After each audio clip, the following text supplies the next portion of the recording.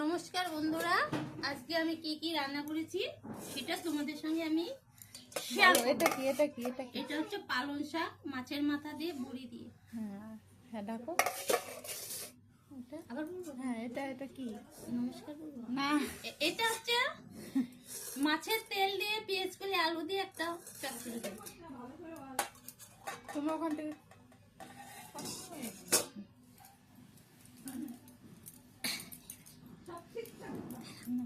তাড়াতাড়ি ডাল, মুসুরির ডাল টমেটো দিয়ে একটু দেখে দিই। দেখেছো? স্পেশাল। আর এখানে এখানে হচ্ছে তোমার দই কাতলা, এই দই কাতলা, ঠিক আছে? ঠিক আছে তো? স্টার্ট। আজকে আমার রান্নাবান্নাগুলো, স্পেশাল রান্নাবান্নাগুলো কেমন লাগলো তোমরা শেয়ার করবা। সাবস্ক্রাইব